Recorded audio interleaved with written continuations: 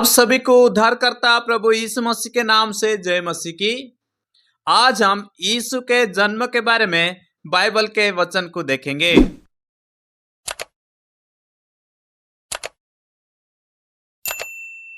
परंतु जब समय पूरा हुआ तो परमेश्वर ने अपने पुत्र को भेजा जो स्त्री से जन्मा और व्यवस्था के अधीन उत्पन्न हुआ, ताकि व्यवस्था के अधीनों को मुंह लेकर छुड़ा ले और हमको लेपालक होने का पद मिले।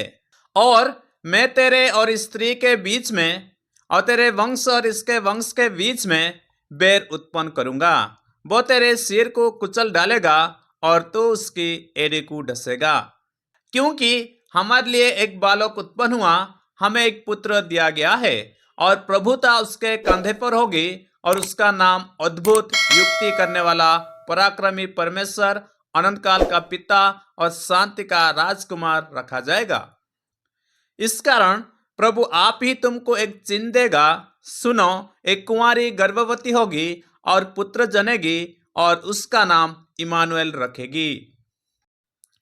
6वें महीने में परमेश्वर की ओर से जिब्राइल स्वर्गदूत गलील के नासरत नगर में एक कुंवारी के पास भेजा गया, जिसकी मंगनी यूसुफ नामक दाऊद के घराने के एक पुरुष से हुई थी। उस कुंवारी का नाम मरियम था। देख, तू गर्भवती होगी और तेरे एक पुत्र उत्पन्न होगा, तो उसका नाम यीशु रखना।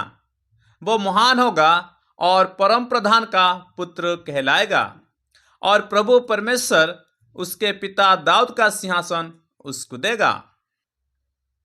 स्वर्गदूत ने उसको उत्तर दिया, पवित्र आत्मा तुझ पर उतरेगा और परम प्रधान की सामर्थ तुझ पर छाया करेगी, इसलिए वह पवित्र जो उत्पन्न होने वाला है परमेश्वर का पुत्र कहलाएगा।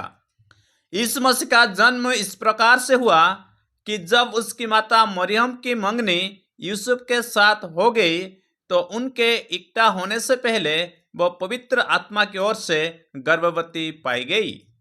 वह पुत्र जनेगी और तू उसका नाम यीशु रखना, क्योंकि वह अपने लोगों का उनके पापों से उद्धार करेगा।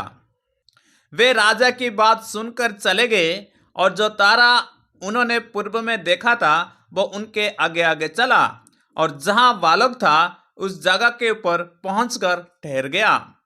उस तारे को देखकर वे अति आनंदित हुए। उन्होंने उस घर में पहुंचकर उस बालक को उसकी माता मरियम के साथ देखा और मुंह के बल गिरकर बालक को प्रणाम किया और अपना अपना थैला खुलकर उसको सोना और लोबान और गंधरस की भेंट चढ़ाई। अतः यूसुफ भी इसलिए कि वह दाऊद के घराने और वंश का था, गलील के नासरत नगर से यहूदा में दाऊद के नगर बेथलेम को गया कि अपनी मंगेतर मरियम के साथ जो गर्भवती थी नाम लिखवाए। और वो अपना पहलुटा पुत्र जनी और उसे कपड़े में लपेटकर चरनी में रखा, क्योंकि उनके लिए सराय में जगह न थी।